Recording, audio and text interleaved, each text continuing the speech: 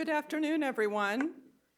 My name is Sita Ranchad Nilsson, and I direct Emory's Institute for Developing Nations, and I want to welcome you here today. Thank you so much for coming. I am so excited about this talk and have been looking forward to it for a long time.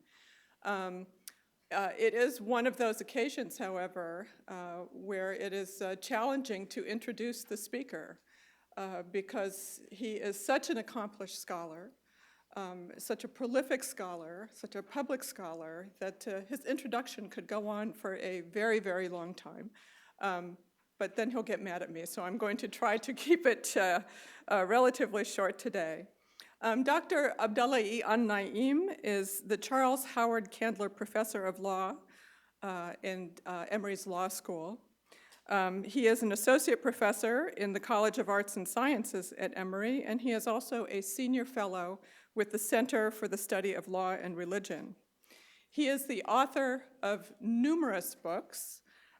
Some of them include, I'm not going to read them all, but some of them include What is an American Muslim, published in 2014, Muslims and Global Justice, published in 2011, Islam and the Secular State, that was published in 2008. That book, by the way, has been translated into Arabic and Indonesian, published in those languages and translated into many more languages, and has truly sparked a global conversation. He has edited numerous books also, including Human Rights Under African Constitutions, Islamic Family Law in a Changing World, a Global Resource Book, and Cultural Transformation and Human Rights in Africa. Those are just some of his books. He has also published more than 60 articles and book chapters on human rights, constitutionalism, and Islam and politics in Africa and Islamic societies. So he is indeed a prolific scholar. He is also deeply committed to scholarship for social change. Last year, Professor An-Na'im launched his Future of the Sharia blog, which focuses on advancing a critical global conversation about the relationship of Islam and the state, as well as the relationship of Sharia and the state. The blog is also focused on developing practical strategies for the protection of human rights and the promotion of democratization in Islamic societies today. If you haven't had a chance to look at it, I strongly recommend that you do. It's accessible through Professor An-Na'im's website. Professor An-Na'im's commitment to scholarship for social change takes him far beyond the classroom, both locally and indeed around the world. I can't keep up with his travel schedule. I will tell you he is, of course, a very familiar figure around campus, at the law school certainly, but his recent sightings have included, he gave a talk recently with the medical school. He has spoken to the Atlantic Council on International Relations, and also recently to the Alliance Theater in conjunction with their production of Disgraced. He is also, I'm very, very pleased to say, a valued faculty advisor to the Institute for Developing Nations, and I'm very happy about that, very grateful. Professor An-Na'im continues his research on Muslims and the secular state, and today he's going to talk to us about a recent project, the need to shift human rights from being a state-centric discourse to being a people-centered discourse. He has kindly agreed to share this recent work with us today. Please join me in welcoming Professor An-Na'im.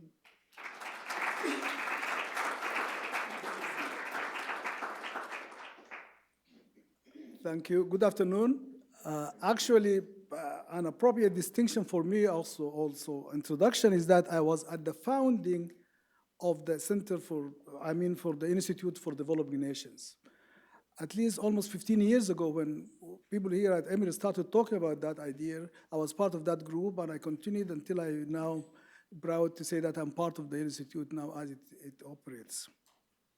I am from Sudan, and maybe that explains a lot about what I'm doing and why I'm doing it at such a rush rate, because I feel so privileged that I can't waste any time or opportunity to be able to engage and to draw on the resources that are so readily available. And I say it is just simply what we all owe for our privilege, that we must do our best to be public intellectuals, public engaged people, and really I don't see any reason why any of us should not do that.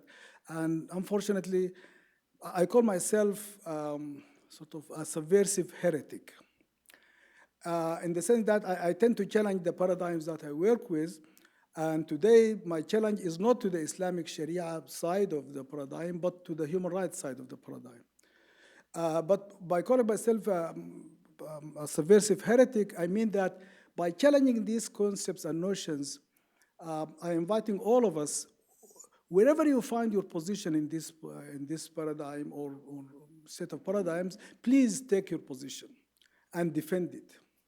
Even if it's only just a square inch, or a square foot, if you can stand on it, stand and be counted and defend your position. I suppose that is already somewhat unusual introduction, but let me move on to speak, to introduce my subject. As Sita said already, that this is a work in progress. It is a project that I'm hoping to work with several colleagues who are, some of them I hope are here from the law school. Yes, because the idea is that hopefully by the better understanding of what this is about, we can all work better on it over the next few months and a couple of years maybe, hopefully, and so on. So what I will try to do now is to first start by demystifying the title, and just try to explain how really self-evident it is if we think about it, and at least from my perspective. And then I will try to explain what I am not saying, because I think sometimes it's as important to explain what you are not saying as it is to explain what you are saying. And especially when people have a tendency to assume that if you are saying this, you must be saying that. No, I could be saying this without saying that, I hope. So that's what I will try to present here. And then I will move on to what I am saying, which probably will be the last part where I might elaborate further. Okay, so to begin with, to introduce or to be clear about the subject of our discussion here, I'm talking about human rights.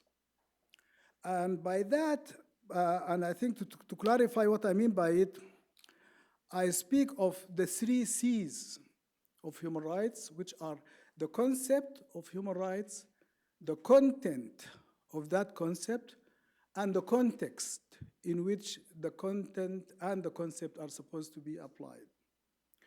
And I think it's important to do that because it helps us sort of, in a very sort of sequential and hopefully logical manner, understand both the complexity and the challenge. That, because I think if we really truly appreciate the nature of human rights on the scale and sort of depth and complexity, as well as simplicity that I mean, we will find that actually that it is an extremely challenging project, that none of us should really feel comfortable without being part of it, or without at the same time assuming that we are making the difference that we should be making through this concept and so on. So the idea of the concept is universality. So human rights are universal by definition because they are the rights of the human. The project may fail, it may totally be hijacked, as it has been often, and it may totally collapse at the end, and we may have to look for something else. But if human rights are to be, they are to be as universal rights, universal claims. So it is never going to be relativistic and still talking about human rights. So for those who speak about Western human rights, that's a contradiction in term. They cannot be Western and human rights, because where am I in that? So it has to be universal in conception. But universality in concept does not resolve the issue of what is the content of that concept. What are the rights we are talking about? How do they come to be articulated? By whom and where? And again, here we get the challenge of inclusion and participation. That is, who are the people who draw the rights, who articulate those norms, and whether partially articulated norms can ever be universal. So what we tend to do is we tend to project our individual values and our individual or maybe communal, cultural understanding globally. So when we say human rights, something comes up into our minds about certain rights that we believe are human rights, and then we assume that those must be the rights that everybody else shares. And there may be very strong overlaps and meaningful overlaps between what we understand and what other people understand. But that overlap is a product of a discourse, and it's a product of a collaboration, and should not be assumed normatively. That is, we should not understand that because the Universal Declaration was made at the United Nations, declared in Paris by the United Nations at the time, and so many countries have endorsed it, it should not assume from that it is a holistic, exhaustive statement of what human rights are about. So for me, therefore, the content is an ongoing project. And the more inclusive, the more challenging, the more controversial, the better. Because that is how it will be more meaningful and relevant to other people's lives. And then in terms of the context in which that content is supposed to operate. And I asked actually Sita for her permission because the lady is not here. This lady here in the IDN logo, you might say, she's a lady from Liberia. If you see her and think, she is the ultimate subject of human rights to me. Not us elites in this room, and not the slight irritations that we get from sometimes from harassment or from stereotyping and from racial profiling and all those things that they are not trivial by any means. I'm not saying that. But I'm saying that whatever it is that we suffer and whatever it is that we are trying to engage in order to resolve challenges to us and to our communities, she is the ultimate in that. And therefore, the context in which the content is supposed to apply is the billions of global rural communities and mega cities residents. Think of Jakarta, think of Delhi, think of Karachi, think of Lagos, think of Cairo. And when you think of cities with 17 million people who live in utterly despicable conditions, totally dehumanizing conditions, and we keep talking about human rights and run and sort of to these conferences, to these UN commissions and committees and so on, and we think that by talking about it, we make it real.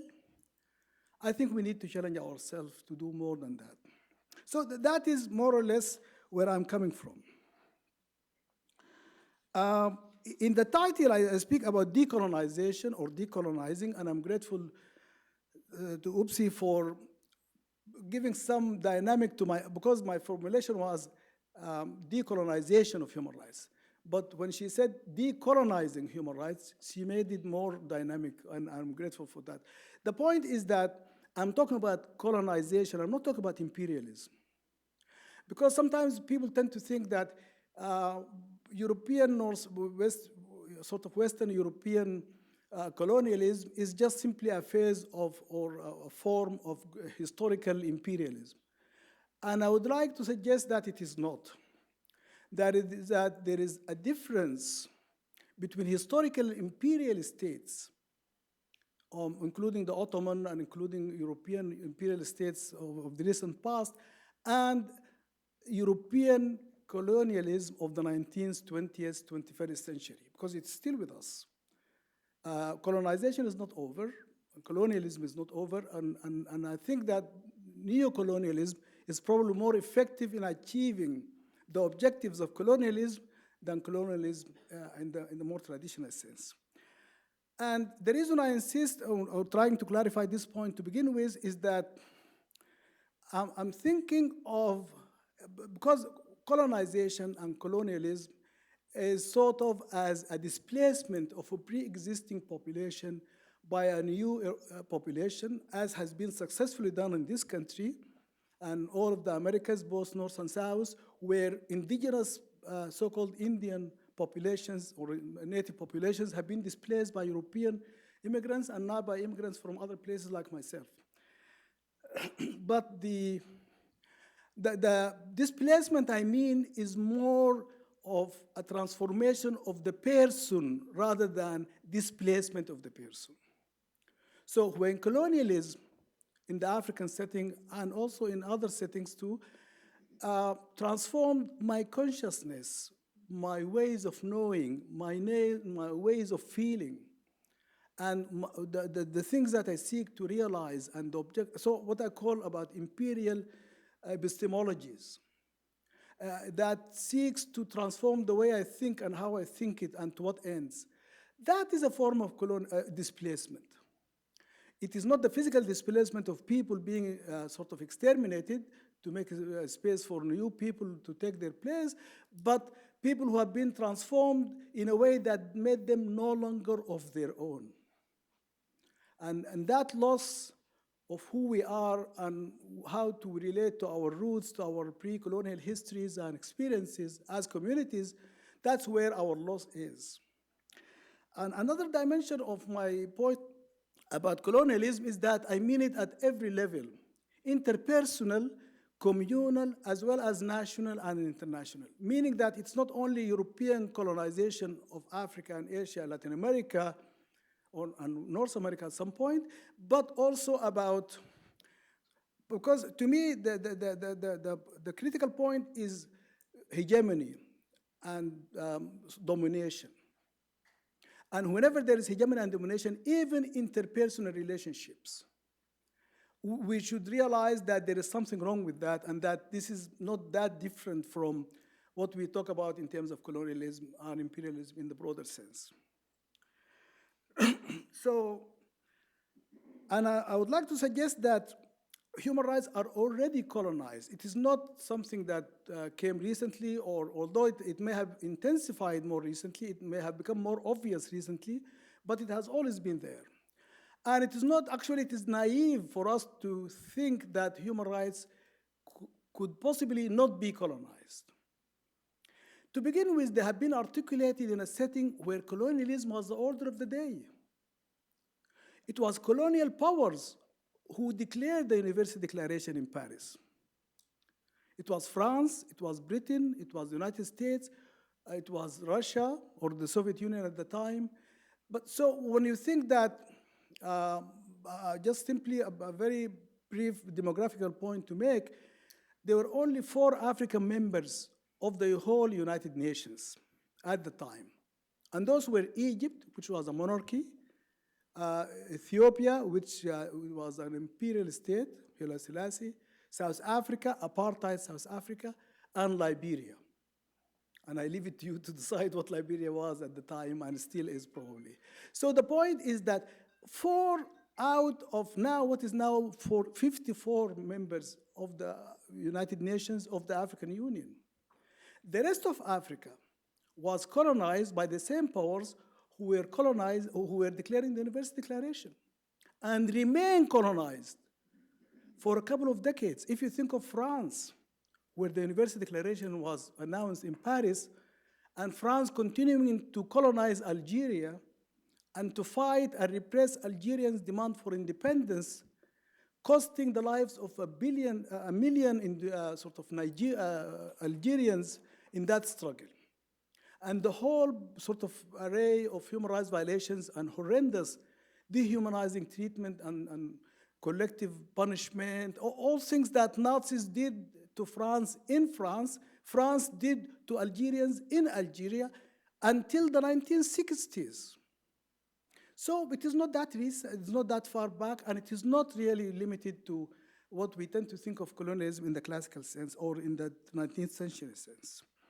And I would like to suggest that by what I mean by colonization or the colonial decolonizing human rights to begin with, is that I think it is institutional, and it is normative, and it is practical. Institutionally, human rights norms came to be debated, agreed upon, and articulated by states and state delegates, who, in the vast majority of cases, were not at all representative of their own communities. And the very idea of state-centric legality is a crucial element of European colonization of other parts of the world, where they have spread that idea and instituted it in the administration and self-perception and understanding of people, non-European peoples across the world. And to me, that sort of state-centric legality is the primary fault of the current human rights system, as I will try to explain later on. So institutionally, I'm talking about the fact that human rights came to be articulated and debated, adopted in treaties by states, created through customary law, if possible, by states. So the sole actor in the articulation of human rights, the sole actor in having human rights obligations, the sole actor in being charged with honoring those obligations are states. And states are not in the business of protecting human rights. Not any state, including this one. We should never really have the illusion that any state is keen on protecting human rights, simply because they limit the state ability to do as it pleases.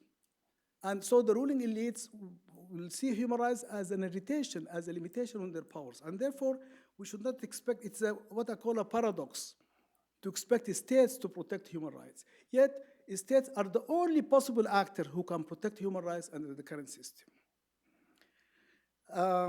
Normatively, I think it has come in the form of projection of liberal values as universal values, including capitalism. And so when you read the language of the Universal Declaration, when you read the history of these documents since 1948 coming forward, you will see that it has been primarily a liberal capitalist project that sought to project these rights as the sole human rights that they are, and that there is no possibility of other rights because they were not really quite. Because the whole notion of justiciability. As a student of human rights, I was struggling for many years with the idea that for rights to be rights, in the liberal sense of what rights are, they have to be justiciable.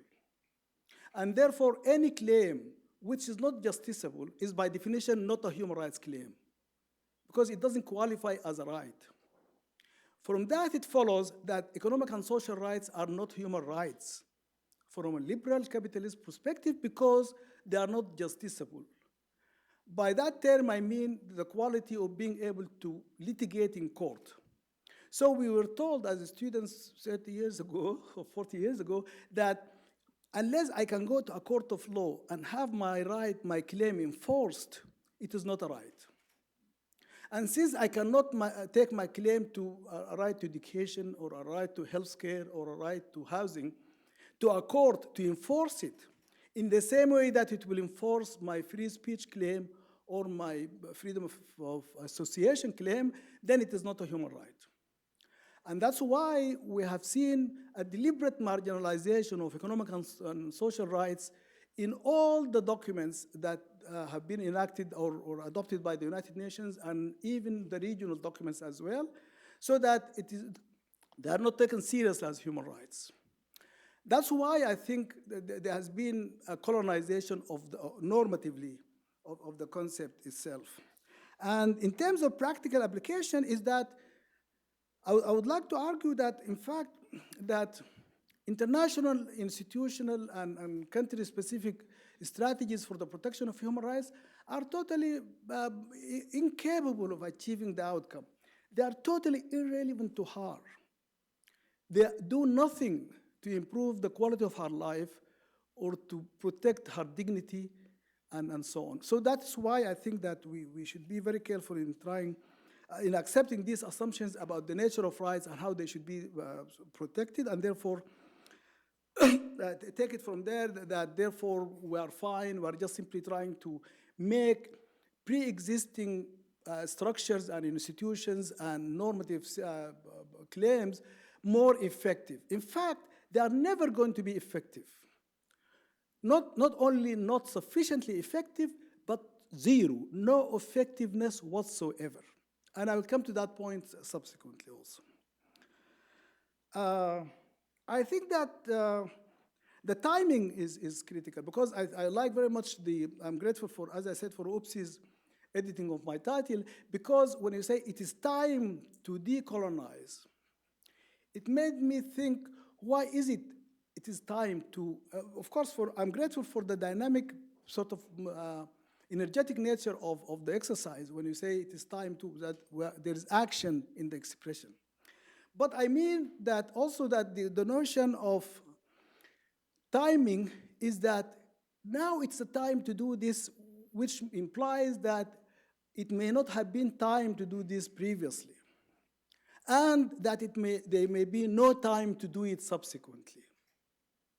That is, I tend to think of my project as a rescue operation.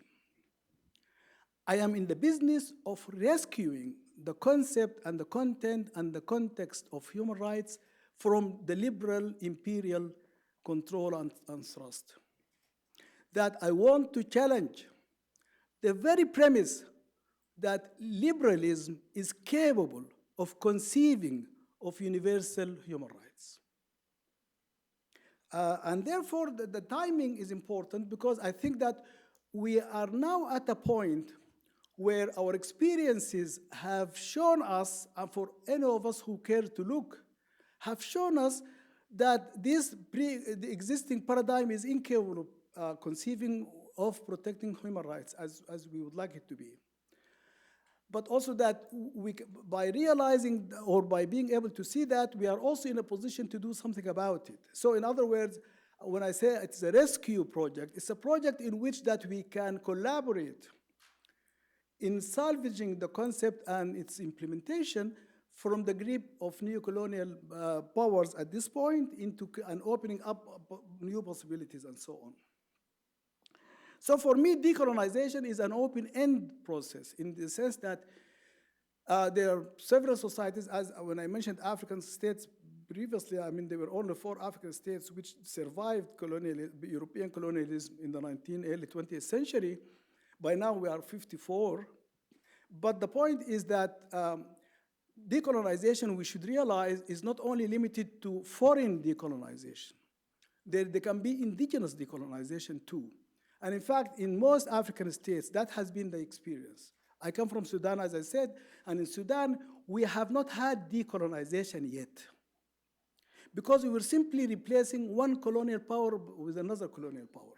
So our ruling elites today are as colonial as our former British ruling class was.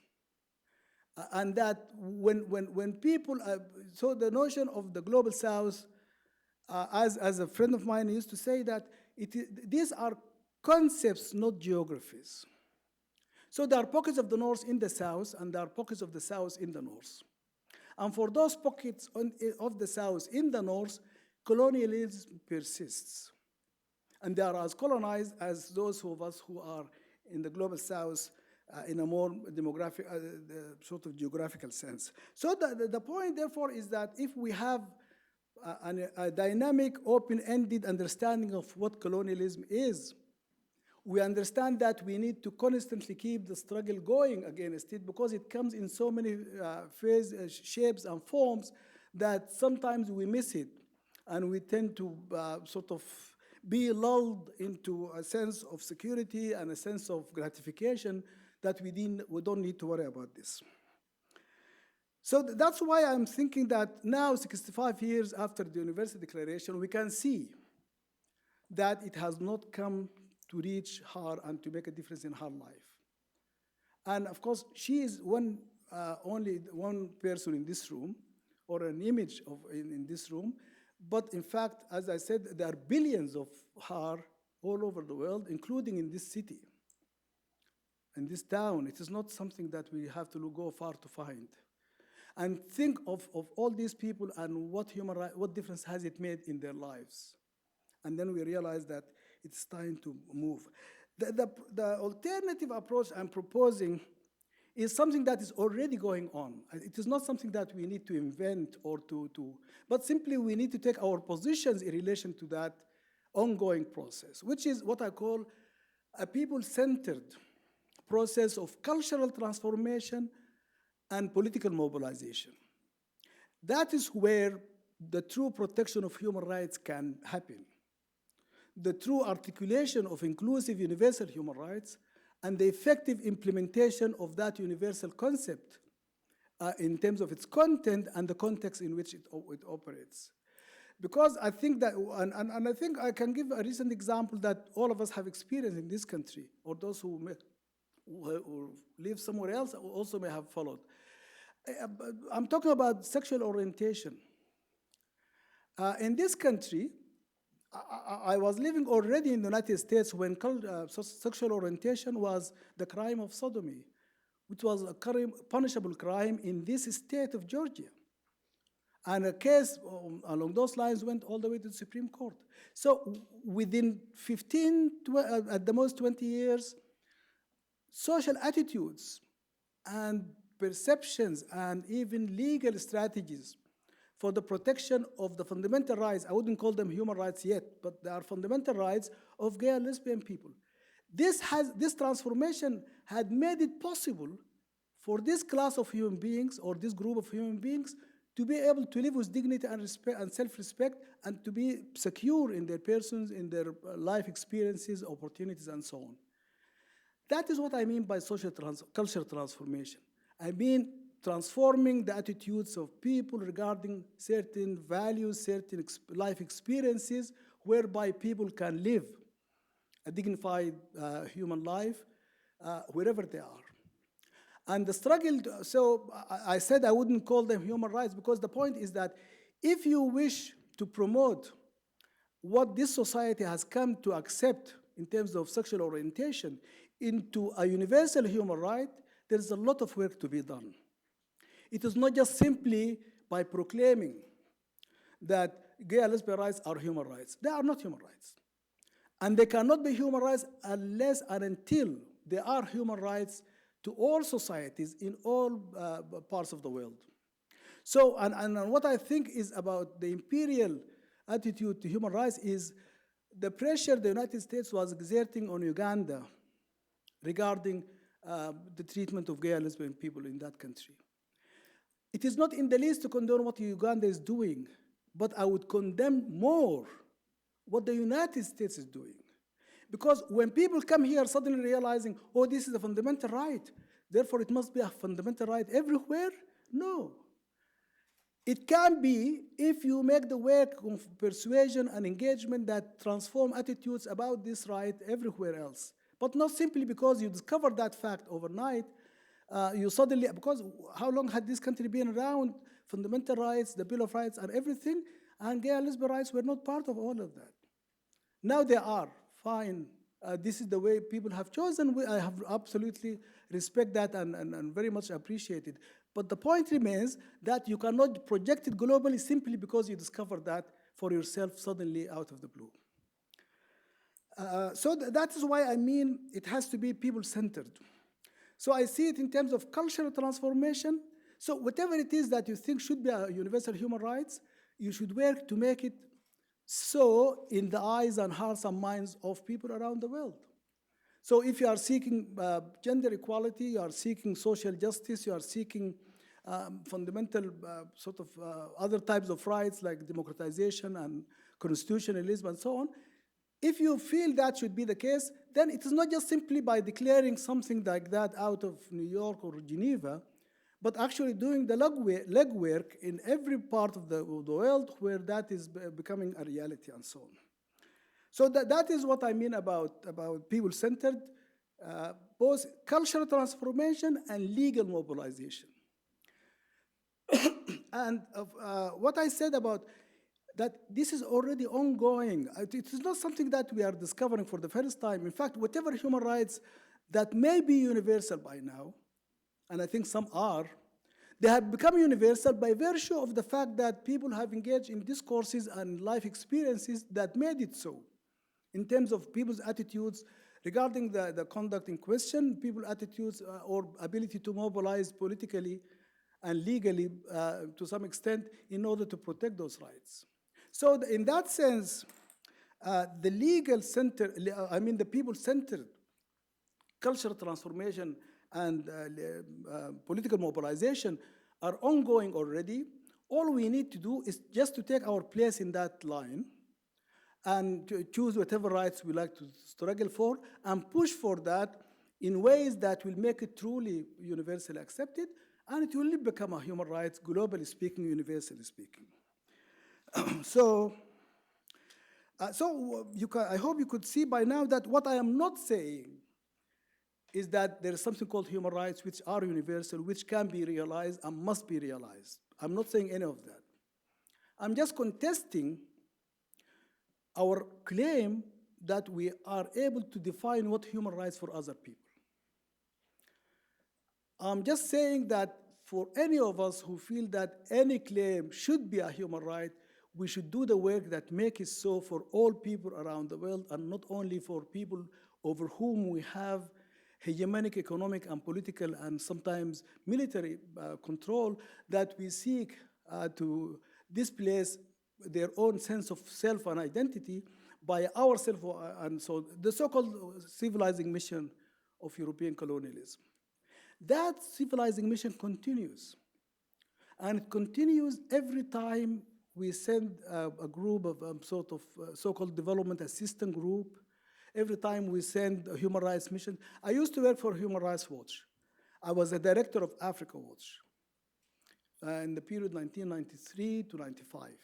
Actually, that's why I came into the United States the second time when I got to stay after. So, as a director of Africa Watch, being an African myself, my sense of mission was to make Africa Watch redundant. My sense was to say that if we really do our job, African people should not need our protection of their rights, but that they should protect their own rights for themselves in their own ways. But my colleagues at Human Rights Watch, and some of them are still there, were ridiculing my position. They said, this is just utopia. You are just dreaming. There is never going to be a time when that will happen.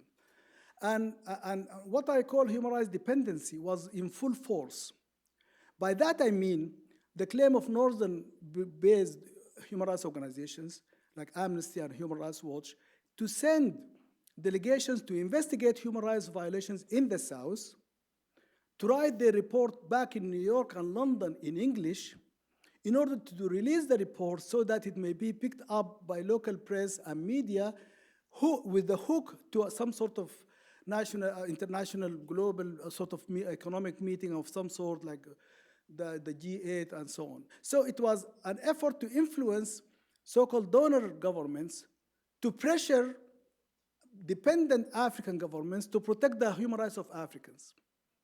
But it was never about Africans protecting human rights for themselves by themselves, in the way that it is in the North. So when you look and see, in your experience, in your knowledge of all northern, by North, I mean North Atlantic, more or less, these societies, how are human rights respected and protected in those places? By local populations using their own local institutions and strategies, and doing effectively what they need to do. They define what the rights they are for themselves. They engage in the struggles to define them, to implement them. Not a single voice from anywhere else has any say in the process. And there is utter outrage when it seems that someone else is telling us what to do in this society, for example. And yet, we feel it totally fine if we tell other people exactly what to do in everything, from their economies to their intimate relationships, to in every way that we choose to engage and to supervise, we feel the freedom to do so. We feel empowered to civilize other people. So that is why I'm leading this charge, I think. So,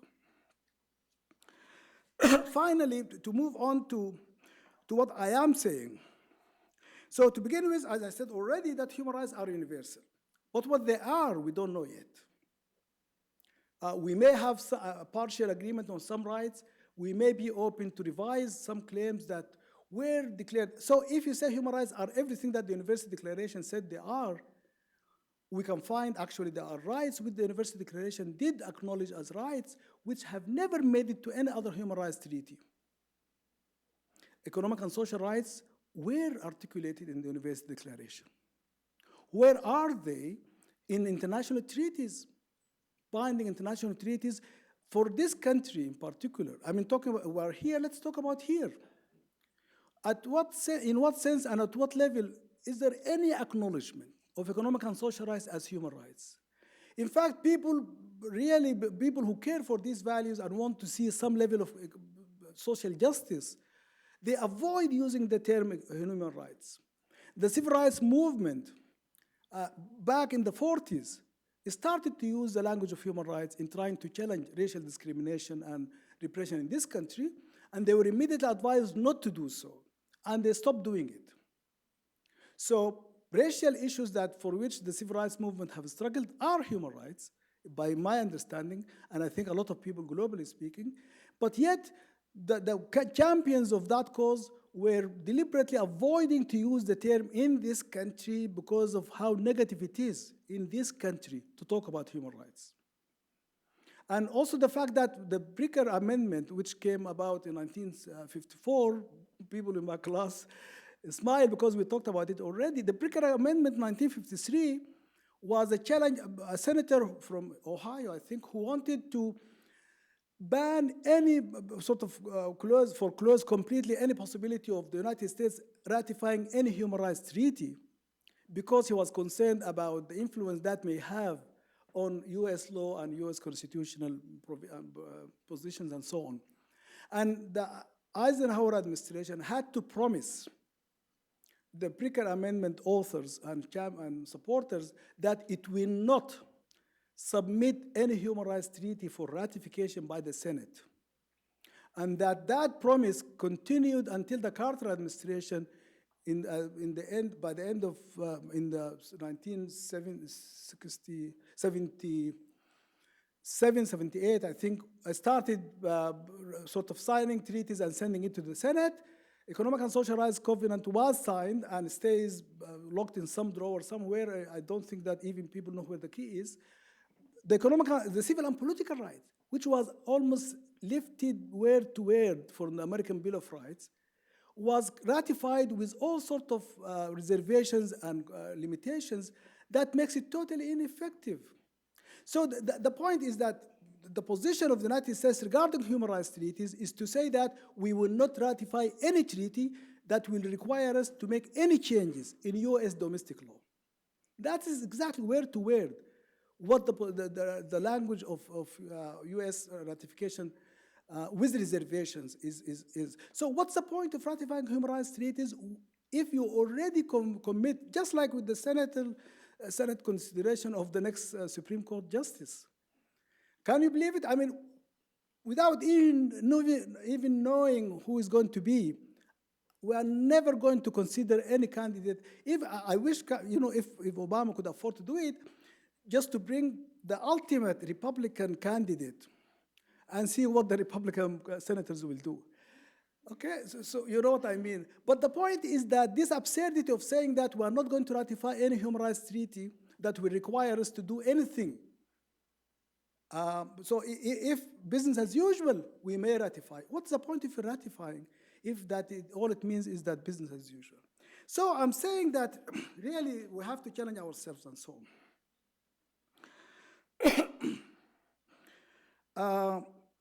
To come to highlight some of I think earlier on I said that the current international state-centric system is incapable of protecting human rights because of its state-centric nature. By state-centric I mean, excuse me, I'm sure that many of you are already familiar with this, but the point is that treaties are only between the states. That treaties no human being, no subject, no individual can be a sort of party to a human rights treaty. No individual can have a right under a human rights treaty. Rights are only owed by states to other states who are party to the same treaties. So if you, and of course the whole treaty system is premised on the assumption that it is states contracting with other states about the content of the treaties and the subject of the treaties that they wish to consider, which often had to do with boundaries, with fisheries, with security arrangements, all sorts of subject matter in which states have a vested interest to pursuing implementation. Because the system is premised on the fact that the other parties to the treaty will be the ones who will ensure compliance with the treaty. There is no other way for ensuring compliance other than through the other states which are party to the same treaty. But when you have a system that is premised on a right or an entitlement that no state is vested in, no state is keen to realize, nobody is going to move to make it happen. And when violations happen, when the point about reservations that I mentioned earlier, in the law of treaties, there is a requirement that no state party to a treaty should be allowed to make reservations that will contradict the very essence and content of the treaty in question. So when you ratify a human rights treaty and you say that the Genocide Convention, the United States ratified the Genocide Convention 40 years after it was submitted for ratification by the Senate. And when it ratified, it excluded any obligation to submit disputes about any of the language or issues under the convention to the International Court of Justice. So the Genocide Convention, which was adopted actually just before the Universal Declaration itself, and it was really a very high moral and ethical obligation, globally speaking, after the Holocaust, included the provision that all disputes among state parties will be referred to the International Court of Justice.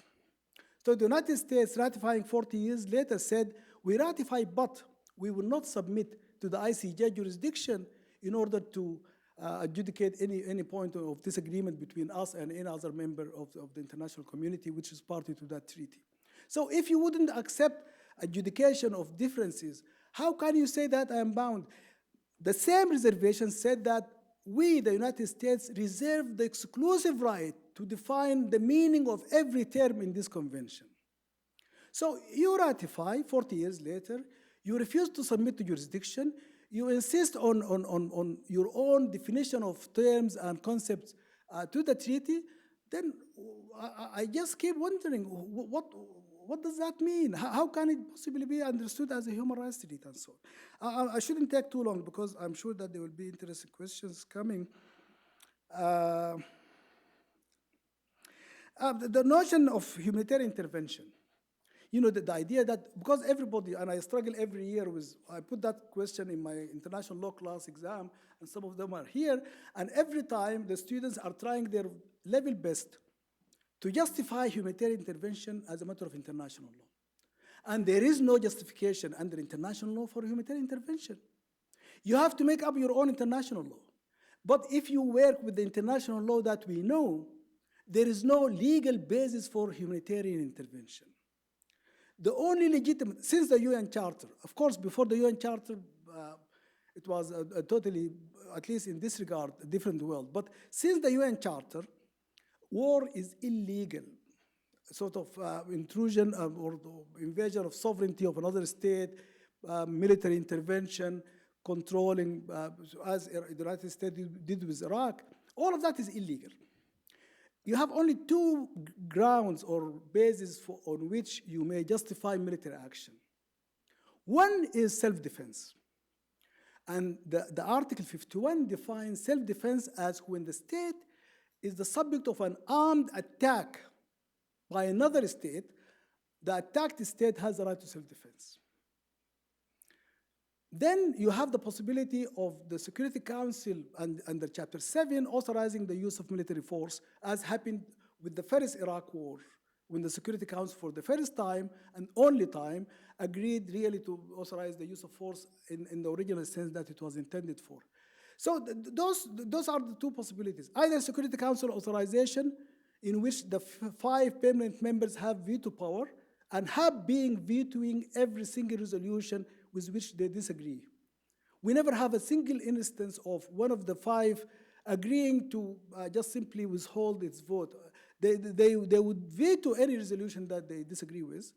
And yet, this is supposed to be the way in which we can authorize use of force internationally for the purpose of protection of international peace and security. So that's fine. At least we have a very clear objective. We have a very clear procedure for authorizing the use of force in that regard. But except for Security Council authorization or self-defense, there is no possibility of legal use of force. So the invasion of Iraq by the United States is an utter and total and fundamental and utterly irredeemable, reckless, irresponsible action for a superpower that claims to be living herself by the rule of law and promoting the rule of law in international relations. It was just 19th century, the British who made Iraq in the first place. Because, a little history here is that in the aftermath of the First World War, when the Ottoman Empire collapsed and France and Britain took over the region of the Ottoman so-called possessions in the Middle East, Syria, Iraq, Jordan, and Lebanon, they made up those countries.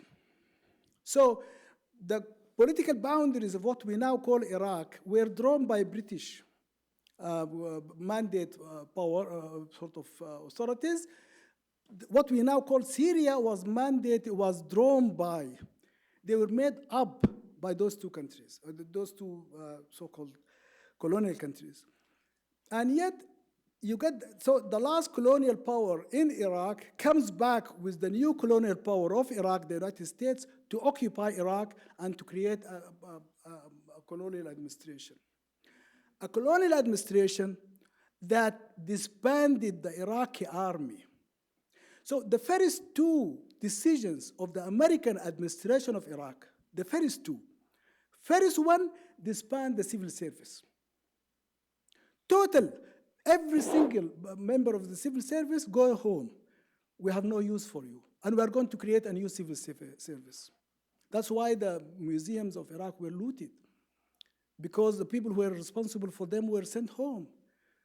The second decision of Brenner is to disband the Iraqi army. 3,000 Iraqi troops, generals, hardened by 8 years of war with Iran, being told to go home. Totally. 3,000, not a single one kid to try to do anything or make any sense of what's going to happen next. So that is the level of, when I say irresponsible and utterly reckless, that's what the level I mean. That is the fundamental destabilization that made ISIS possible. When did ISIS begin? Where did it rise from? Who are the generals who are leading ISIS? For all that, look and see in the policies of the United States regarding Iraq in the early 2000s. So I think that the point is that when you have this sort of sense of ownership and sense of utter, that I do as I please, and no accountability whatsoever, and so on. So that is how I would like to see this.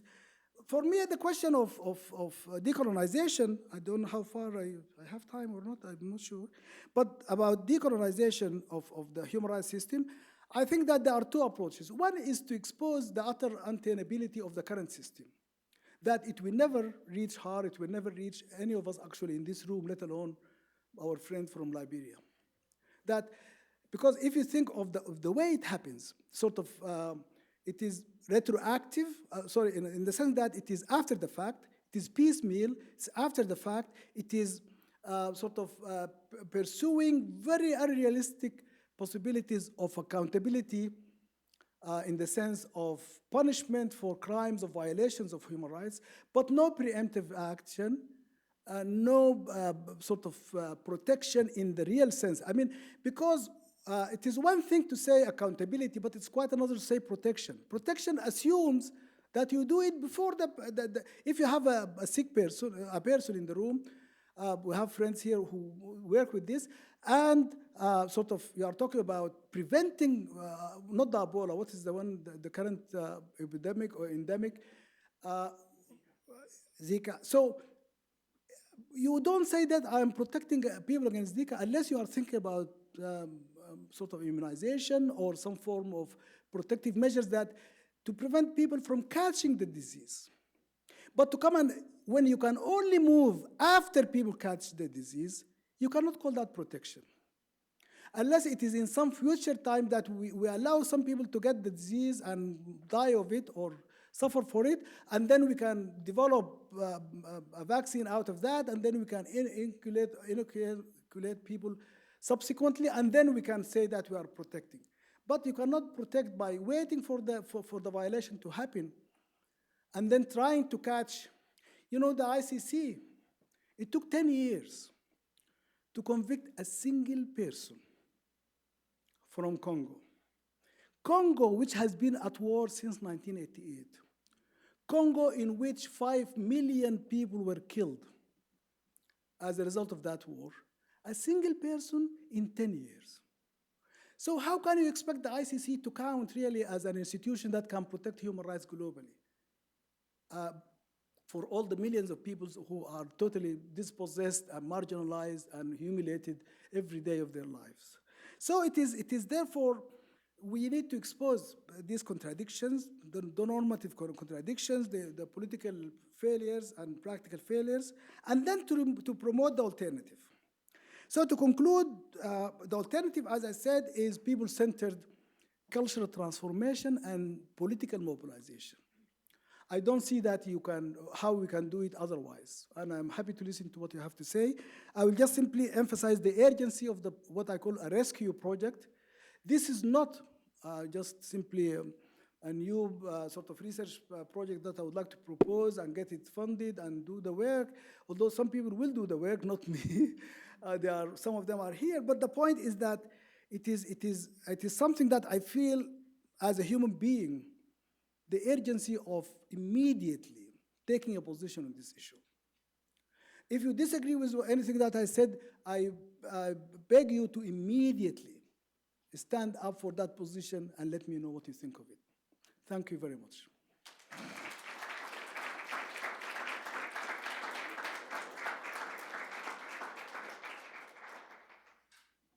I think as a teacher I can do this. Yes?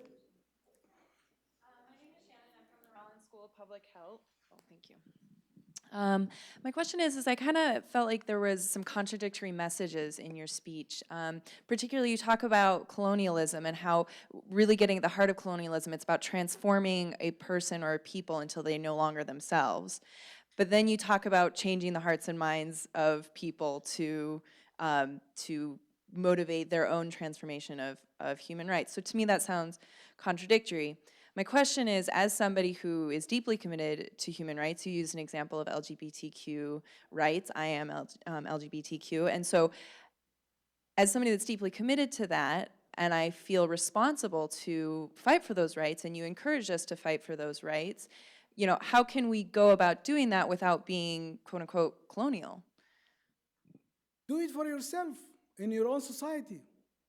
I mean, by the way, I don't believe that everybody or every people should just lock themselves in their own high walls, you know, talking about walls. Build a wall from the next country and live peacefully and happily in your own. The point is that the part about decolonization addresses the contradiction that you think exists. So colonization sought to transform our consciousness, our political institutions, our educational systems, to recast. So speaking of myself, I am a product of that system. And of course, I'm sort of honored and privileged to be able to, for that experience, to be able to be here and talk to you. But when I think, in thinking about what British colonialism meant to Sudan and meant to other African countries and societies, it has dispossessed us of our sense of self-identity, our sense of values and systems of governance. Africa was not a total chaotic place. It was organized. It was self-governing. It was economic systems were operational. All for thousands of years before British colonialism and French colonialism. What the French and British colonial administrations did was to displace pre-existing systems of self-governance and economic systems to link us to global economic forces and formations, to create structures of state administrations which are utterly impractical up to now as we speak. That states which are they are not sovereign states, they are not in control of their territories, they are not in control of their populations, they are not in control of their currencies, they cannot defend themselves against any action which a speculator like Soros can do to undermine their economic systems. So that total dispossessing of a sense of identity and sense of sovereignty that people had for thousands of years is what I mean by displacing. So for me, it is colonialism and not just imperialism, because it displaced what pre-existed by what it was trying to impose. But it was such a failure in all of that. As I speak of Sudan, Sudan itself continued to fight an internal war of decolonization between the North and South until a few years ago. So when I say that we have replaced colonial European elites by native European educated elites, and without changing really the condition of which the vast majority of Sudanese or other peoples live. So when I say decolonization, I mean retrieving that, retrieving a sense of identity, retrieving a sense of sort of appropriate strategies and systems of governance, systems of economic exchange. So if you think of the African Sahara region, all the way from Sudan or Ethiopia to Senegal, historically, this is a region where people kept going back and forth, trading in goods, in services, people coming to do Hajj through Sudan into Arabia and back. This was going on. The European colonial powers came to say, no, Chad is Chad.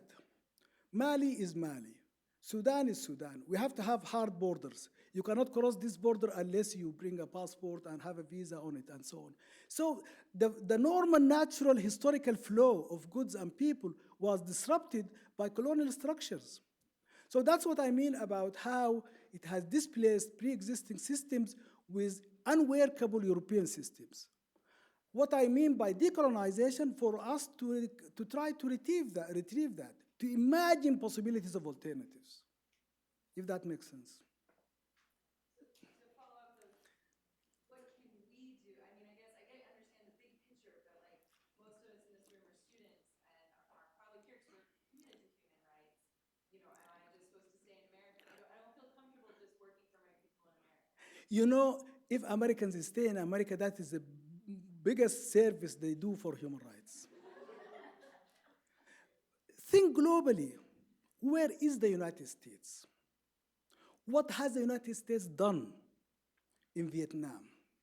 What has the United States done in various African settings, in the Middle East, in Afghanistan, in Iraq?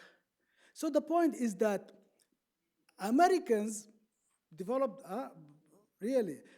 So the point is that think of the responsibility of American citizens for the foreign policy of the United States. And then there is a lot for you to do. The only actually power in the world that can change the foreign policy of the United States are the citizens of the United States. But the least likely power to do anything about it are the current citizens of the United States. Because in this current debates about the primaries and upcoming presidential election, see where critical thinking is coming in about foreign policy of the United States and what American public at large is doing about it. So the democratic deficit in American foreign policy is the place that you can feel, and only you can feel. I think if you do that, you'll do a lot for everybody else, globally speaking. Yes, please. Yes. Hi, my name's Anubhav. I'm from the business school. My question is, it's a scenario really. I met this gentleman and we were talking about studying in America, women's rights in America, and he says that, well, it's really interesting that you have, that they're allowed to freedom in dressing and being economic participants, what have you. In where I'm from, we keep women under our thumb and we show them their place. And he said a lot of other things like that. So he was a rather hardline view. Now, my question is, if you were to turn someone like that into embracing women's rights, or someone like that person's family over 2-3 generations to embrace women's rights, maybe send their daughters to actually work or go for high university degrees, how would you do it in an organic fashion, and how would you do it without disrupting society at large? Because these people control the police, the media, the justice system. Actually, the only way you can do it is the organic way. So, in other words, you cannot really improve the status and rights of women except in an organic fashion in terms of transforming attitudes of the society and community in question about the status and rights of women. That is the only sustainable way, and that's the only human rights consistent way. So in accordance with respect for the human rights of the human subject. So this missionary notion of transforming attitudes by European, what has been called European sort of civilizing mission, they called it mission even, the civilizing mission of the white man is to come and civilize people from the Indian subcontinent, people from Africa, by teaching them how to respect women and how to grant them their rights and so on. Without really respecting the dignity and sort of internal coherence and integrity of those communities for themselves. And they never stay. You know, these sort of missionary types, they come and stay for a few weeks at the most and expect that they have achieved their mission, and then they leave. What's going to happen when they leave? Even when they are there, I mean, the United States invaded Afghanistan, and one of the claims that were first made, of course, the invasion itself had nothing to do with the rights of women in Pakistan. It was a purely American knee-jerk reaction to the 9/11 events. But the Americans started talking about, and Mrs. Bush at the time started talking about promoting the human rights of Afghani women. Where are the human rights of Afghani women today? And how much have Americans done for the human rights of Afghani women? Are they going to follow Afghani women into classrooms and into their homes in order to protect their rights? So the point is, therefore, that the only way to transform attitudes about the rights of women and respect for the rights of women is organic. In this country, of course, I mean, always I go back to this. In this country, when did women have the right to vote?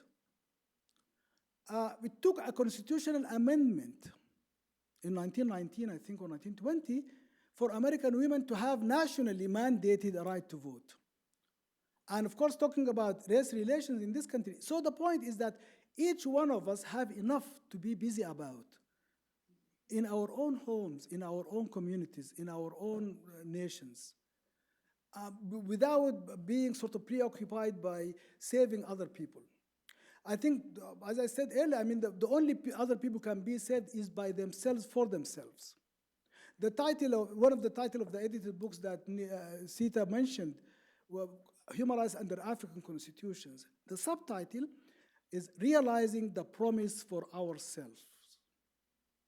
And that was a study of 17 African countries in which constitutional rights were enacted, and then we look at the actual organic ways in which those rights were realized in practice in the communities where they're supposed to happen.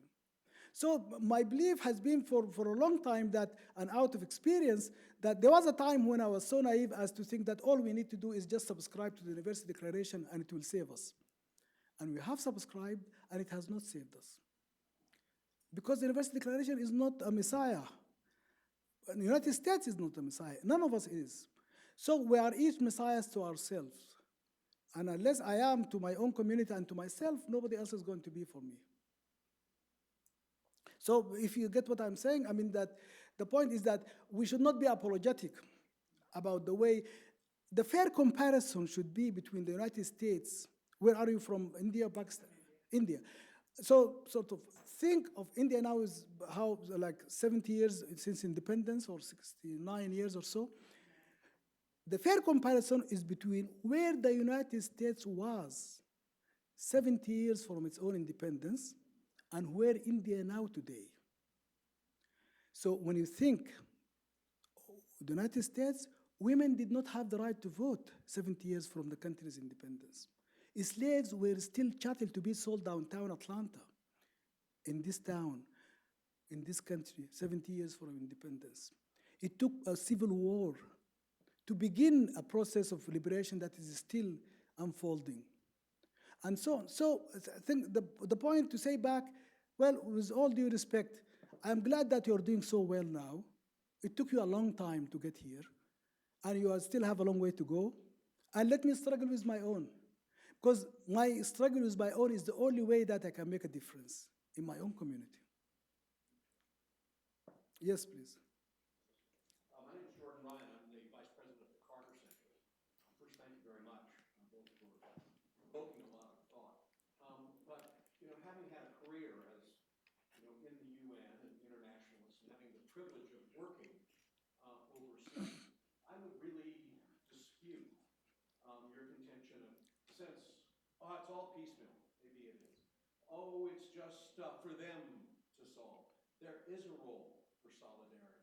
There is a role for international outrage about apartheid. It was American students, it was boycotting American businesses that helped. It didn't do everything for the ending of apartheid, but it helped.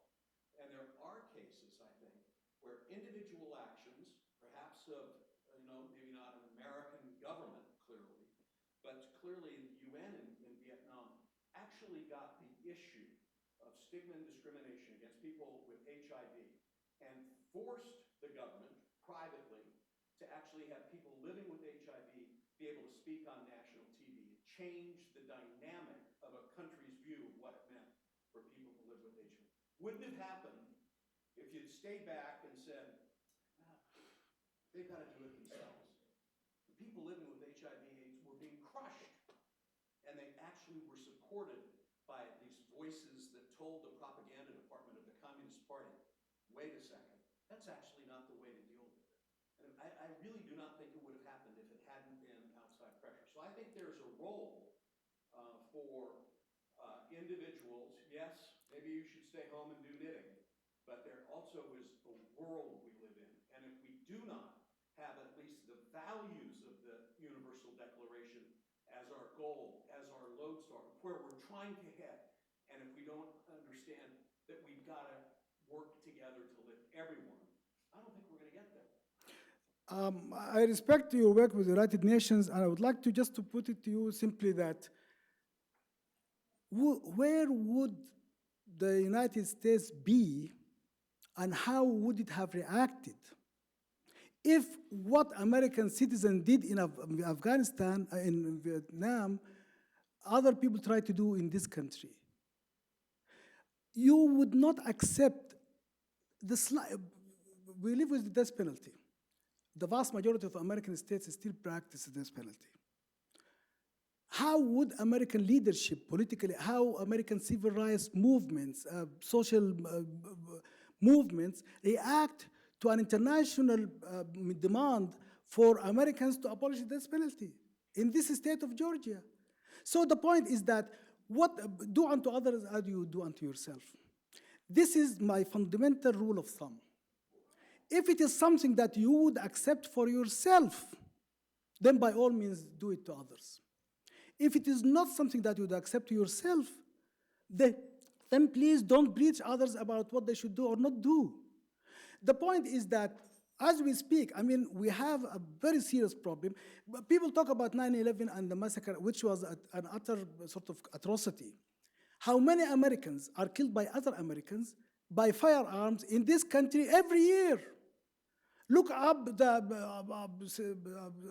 what do you call it, BFI, statistics about drive shooting, inner city violence, gang violence, all of that. Now, would you be open, people of this country, would you be open to being told about how to manage this problem? Is it not true that more Americans are killed in this way than Americans have been killed in 9/11 attacks? So the point is that all I plead for is humility in understanding that there is a right way to do this, and that way is a self-determining way. So the point is that it is not that the international community at large, the UN, yes, probably more than any country, because you don't have the bilateral bias. But when you have this so-called humanitarian intervention, and you pick and choose where you choose to intervene, I'm from Sudan. I will give you an example I gave my students in class about Sudan. In 2003, the government of Sudan was killing hundreds of thousands of people in Darfur. The international community, including the United States, came to the door and knocked. Al-Bashir, would you please allow us into your country so we can stop you from killing your own people? What did the United States do for the people of Darfur who were being massacred by the government of Sudan? It's still now, as we speak, 15 years later, what has the United States done? When you say this position of, no, sorry, I can't do this, the United States was responsible for the Security Council withdrawing its troops from Kigali during the Rwanda genocide. In Rwanda genocide, the United Nations already had a peacekeeping force in Rwanda, and it was stationed in Kigali, the capital, when the killing started on April 6th. And it continued for 2 weeks. And the United Nations, with the orders from New York. So I don't understand this. How can we say that if we don't act, people's rights are going to be... People were genocidally killed, and we were on the ground with the capability to stopping the killing immediately if we came out of the gates. I went to actually, because I was Africa Watch director at the time, I went to Kigali a couple of months after the ceasefire, the end of the killing, and I looked at the UN force, sort of headquarters in Kigali. High walls, barbed wire. They stayed locked in that compound until they were lifted out of the country and allowed the genocide to continue for the next 3.5 months. And it was the Clinton administration that refused to call it genocide at the time. So I'm really just putting it to you to say that the point for me is a question of balance. I mean, the little help that we can get from unilateral interventions or from sort of missionary zeal of some activists as well even, between that and the cost. And the cost of delegitimizing human rights, the cost of delegitimizing international intervention and action is greater than the benefit that we draw from it. That will be my respectful response. Okay. Yes, sir. Because, sorry. What do you see as the role of foreign aid in helping to decolonize human rights? The question is, why is foreign aid needed in the first place? Because I think it's a question of economies and sort of dependencies that have grown for decades since colonial rule and post-colonial hegemony. So in other words, that economies have been tied to former colonial economies and global capitalist economies for decades and almost more than a century. Therefore, I would question the need for foreign aid to begin with, and where does the foreign aid go, and what accountability is there for the way it is dispersed, by whom, to what ends. So the local populations, local leadership even have no say whatsoever in this process. There is a lot of corruption, there is a lot of waste, there's a lot of sort of foreclosing of people's sovereignty and dignity in the process of receiving foreign aid. But its benefit is minimal compared to the high cost. And also the question of dependency and perpetuating that dependency. That we know of some economies which, because they self-relied, were able to achieve a level of freedom from need in that way more than others. But the point is that why is it? Not only that it was needed 10, 15, 20 years ago, but still needed and will continue to be needed. So if foreign aid is really making the difference in development in substantial, sustainable terms, at least we can look forward to 10 years, 15 years from now, when we will be foreign aid free.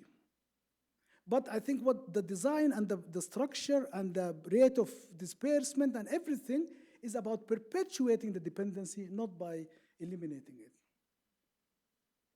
There was someone on this side? Yeah. Yes, my name is Terrell Kahan. First of all, I really enjoyed your talk. I'm trying to see the best way to formulate the question. What would you say to those that have an angst or ethical concerns that come from knowing that there are people that are suffering from social injustice and considering the time that it would take for cultural transformation and political mobilization to happen, and those people that are suffering from the lack of that during that time? Maybe words of comfort or whatever, I don't know. I just think of us being proselytizing as a missionary, that you feel like you have this thing that you want to share. So what do you say to those concerns? The missionary impulse starts with oneself. I know that we have a hadith of the Prophet in the Muslim tradition that says there is a group of expression that what we call hadith Qudsi, meaning that it is God speaking through the Prophet in the Prophet's word, but in God's meaning. And it says, يا عيسى عز نفسك فنتعظت في عز الناس وإلا فاستحي مني. And it means God is saying, and of course, if he is saying it, God is saying it to Jesus, he's saying it to every other human being on earth. Start with yourself. If yourself would heed your preaching, then you may preach other people. But if yourself will not heed your preaching, then know that I know and be humble in your claims. That is God is speaking to Jesus, who was described in the Quran as the word of God, Kalimatullah. So therefore, the point about missionary work and charity, we know that charity does not really sustain. And of course, here we have a problem with capitalism.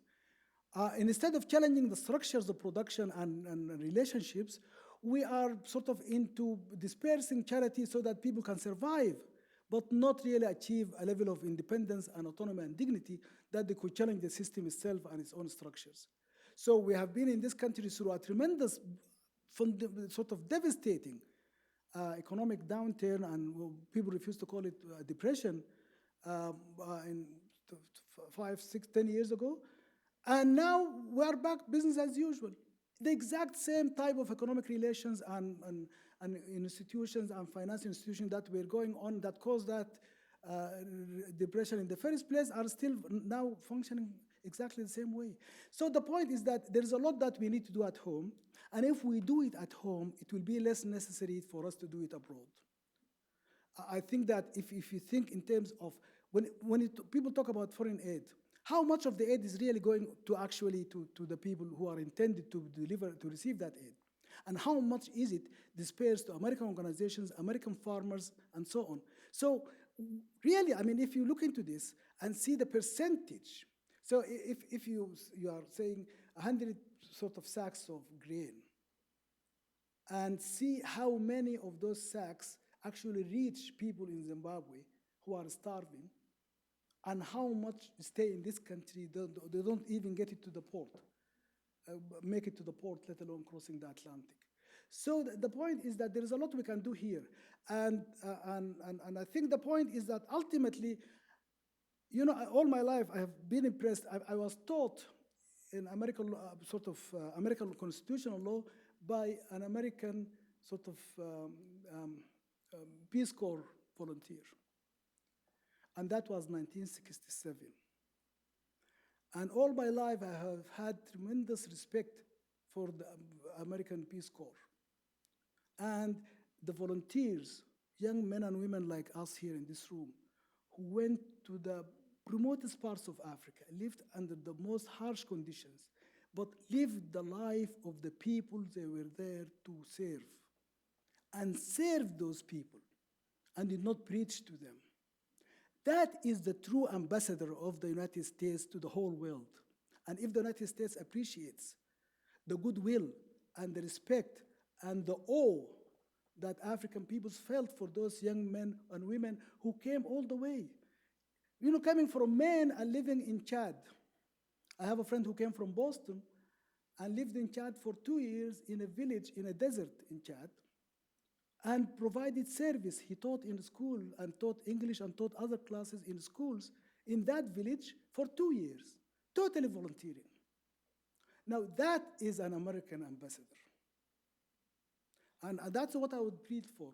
I'm not by the, that's why I try to say what I'm saying and what I'm not saying. I'm not saying that we should remain sort of isolated in our silos and not care for what is going on. I'm saying that let's be intelligent and think critically about what we do and how we do it. And to make sure that we are not being counterproductive. So the Carter Center does good work, and does good work by listening, by working long term. CARE does good work by listening and by working long term. CARE would stay in the same villages in Western Darfur for decades and gain the confidence and trust of the people, learn the language, deliver the services people actually need. Not those parachuting in and out in 2 weeks and going back to report about how they dispersed foreign aid to that country. So I'm saying that there is a lot we can do, yes, in terms of our own society, holding our own officials accountable, yes, but also in terms of still doing some work elsewhere. But if you do it with the right spirit and due respect for the dignity of those people, that will be much more well received and impactful in their lives.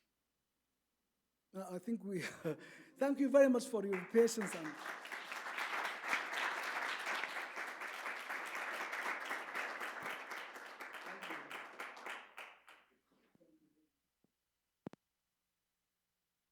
it's okay, huh?